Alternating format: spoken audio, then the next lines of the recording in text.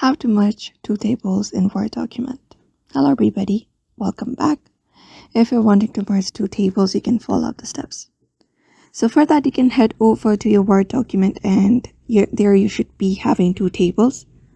So all you gotta do in order to merge these two tables is, you can head over the table and at the top you should be finding this plus or something kind of icon.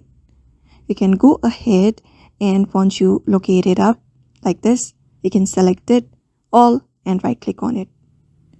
And after right clicking on it, here you should be finding option called table properties. Just go ahead and click on it. And after clicking on it, select the option called none from text wrapping and click on OK. Same goes for the other table as well. Right click on it, head over to table properties and select the option called none. Click OK.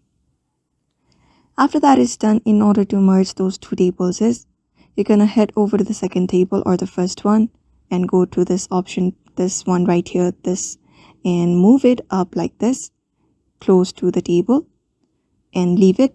And when you do, those two tables will be merged. So that is it. That is very easy. You just need to go ahead and paste it together and they will be merged. So I hope this video was helpful and thank you for watching this video and we will see you on the next one.